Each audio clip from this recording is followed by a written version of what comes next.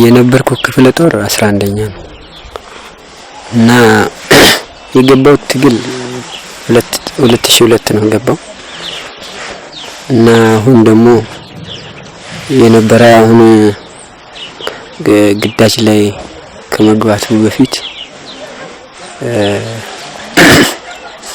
ወደ አማራ ክልል የነበረ ነው ማለት ነው።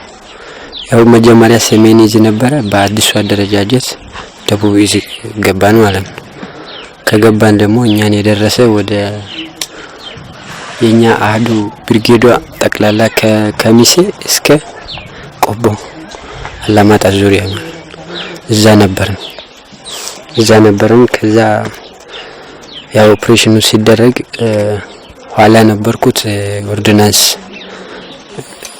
የስራ ላይ ስለነበርኩት ከፊት ብዙ ጊዜ አልሳተፈውም።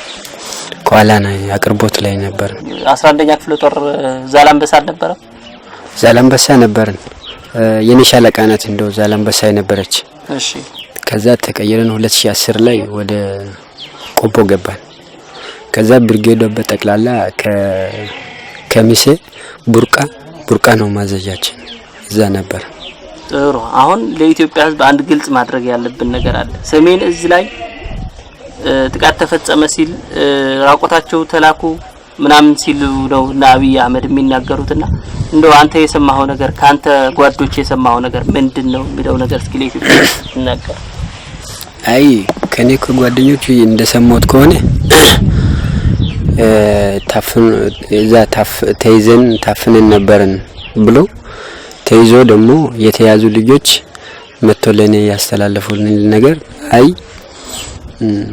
እንደው ደብረ ጽዮን ወስታችሁ አሻግራችሁ ላኩ ተብሎ ተከዘን አሻግሮ ነው የለቀቁ የሚል ነው የሰማሁት። አይ እንደሰማሁት ከሆነ ደግሞ እዛ በመድፍ በታንክ በተኙበት ነው የተመታ የሚባለው ነው ሰማሁ። እውነታው ግን ያ መሆኑን አረጋግጥ ወይስ? በሰዓቱ ያን ቦታ አልደረስኩም። ያን ቦታም አላየውም። በኢንፎርሜሽን ብቻ ነው ከሰዎች በመተሰማው እንደዛ ነው አረጋግጥ። አይ ያው ሰዎቹ በህይወታቸው ወደ ሀገራቸው እንደተሸኙ ይሰማው ማለት ነው። ያ ሆኖ ሳለ ነው እንግዲህ የኢትዮጵያ ሕዝብ ሰሜን እዝ ተደፈረ ብሎ ወደ ትግራይ ሰንጋበሬ የመረቀም ልጆቹን ያላከውና እንደው ምን የምትለው ነገር አለ እዚህ ላይ? አይ እንደራሴ ይመረደኝ ከሆነ ለታሪኩም ጥሩ ያልሆነ ያው ሲተት ሁኔታ ስለሆነ ጥሩም አይደለም ነው። እንደራሴም ደስ ማይል ጥሩ ስሜት ማይሰጥ ነው። አንድ የነበረ ሰዎች ያው እንደዚህ ሲሆን ደስ ማይል ነገር ስለሆነ ነው የሚሰማኝ። አሁን ከዚህ ጦርነት የነበርኩት እኔ የስታፍ ጋራ ነው ከኋላ ነው የነበርኩት ማለት ነው። ከኋላ ነው የነበርኩት። አጋጣሚ ዝምብዬ የተኛሁት በቤት በረንዳ ላይ ሆኖ ከዚህ በላይ የሚከልላል ከዚህ በታች እግሬ በታች የሚከልላል ነበር። ከዛ ላየው ከሩቅ ከሽዋ አይቶ ሲተኮስ በእግሬን መታ ማለት ነው። በዛ ነው የነበረ። ከዛ በቃ መንቀሳቀስም አልቻልኩም። እግሩ አሰረኝ።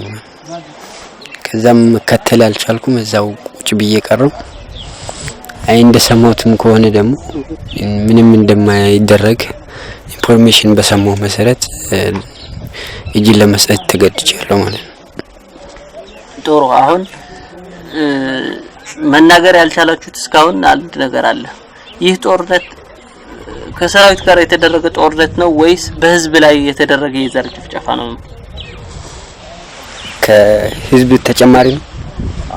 ንጹሃን ዜጎች ስትገድሉ ነበር አይደል? መከላከያ ንጹሃን ዜጎች ሲገድል ነበር ትግራይ ውስጥ ገድሎ ወደ ጉድጓድ ሲጥል በራሱ ቪዲዮ የወጣ ዓለም ጉድ ያስባለ ማለት ነው።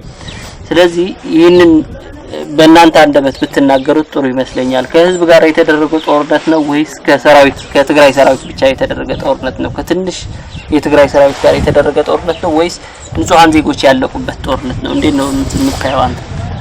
አይ በትክክል በዚህ ዙሪያ ሲመጣ በሐቅ ለማለት የሚፈልገው አሁን እኔ ያለሁት ከኋላ ኮማንድ ሎጂስቲክ ጋር ነው የምንቀሳቀሰው እና ከአመራሩ የሚባለው ነገር ከቤት ውስጥ ያለ ሰው ከሆነ ፈትሻችሁ ሚሊሻ መሆን መሳሪያ ካለ እሱን አረጋግጡ፣ ካለዛ ግን ዝም ብላችሁ አትግደሉ የሚል ነው የሚሰማው።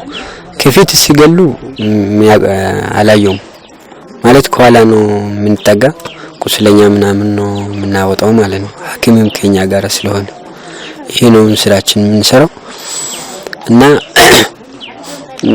በውስጤ ያው ንጹህ ሰው ሲጎዳ ደስተኛ አይደለም እና ግን ትንሽ ኤርትራ ላይ ችግር አለ። እነሱ ምንድነው ያው ያለ መምረጥ ዝም ብሎ የተገኘው ሁሉ እንደሚገሉ ተገንዝቤያለሁ። ያው ንብረት ምናምንም የሰው ፍየል የሰው ንብረት ከመጫንም ከመዝረፍም ትንሽ ደስተኛ ማያረገኝ እኔ እዛ ጋር ነው ቅሬታ ያለብኝ። እነሱ ሰላም ለማስከበር ብሎ መጥቶ ይሄን ድርጊት ሲፈጽም በጣም በውስጥ የሚሰማኝ ነገር ይሄ ነው። ከዚህ ጋራ ያው ምንም ማድረግ አልችልም፣ ስልጣንም የለኝም። አድርግ አታድርግ ስለሆነ 50 አለቃ ነህ፣ በተለያዩ ስብሰባዎች ላይ ትገባለህ። ይሄንን ሐሳብ አንጸባርቀህ ታውቃለህ? አይ እንደዚህ አይነት ነገር ማቅረብ አልችልም በፍጹም ማለት ነው። ቁጭ ብለህ ከማዳመጡ ውጪ ይሄን ሐሳብ ብታቀርብ ወደ ሌላ ነው የሚባለው። አሁን እኔ ለራሴ እምነታ የለም በእኔ ላይ ማለት ነው። በእንድነው እምነታ ያው አንደኛ ያገባው ሚስት ነበረችኝ፣ በሷም አማካኝነት የተነሳ እሱም አንድ ጁንታ አካል ነው በሚል አስተሳሰብ የሚገምቱበት ነገሮች አሉ። ከዛ ጋር የተነሳ ብዙም ለኔ ሚስጥር አካባቢ ሴኩሪቲው በተጠበቀ ነው እንጂ ብዙ አይገልጹልኝ፣ አያስጠጉም። ያለበት ዲፓርትመንት ስራ ራሱ አያገናኝም። ስብሰባ ላይ ምናምን አልሳተፍም በሙያተኛ ስለሆንኩ ማለት። አይ አሁን ያለው ጦርነት ሁኔታ እንደሰማው ከሆነ መጀመሪያ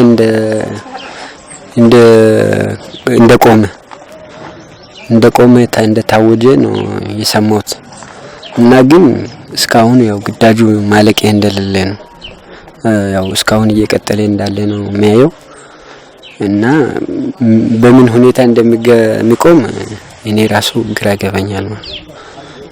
ይሄ እንግዲህ እግዚአብሔር በራሱ ጊዜ ካላበረደው በቃ ምንም ማይቻል ነገር ነው። በቃ ሲያዩ በቃ እየተጋነነ እየሄደ ያለው ሁኔታ ነው ያለው። አሁን ብዙ ሰው እየተጨመረ ነው። አዲስ የኢትዮጵያ መከላከያ ሰራዊት ኳላ ነው ማለት አዲስ ኳላ እየሰለጠነ እየቀረበላችሁ ነው ሚልበል። አይ ያው እሱ ያው ይባላል እንጂ ተጨባጭ የሚያውቀው ነገር የለም። እንደዚህ ምልምል ገባ እንደዚህ እየሰለጠነ ነው ምናምን ሲባል ሰማለሁ። ምን ያህል እውነት ነው ኢንፎርሜሽን ነገር ስለሆነ ብዙ እርግጠኛ አይደለሁ።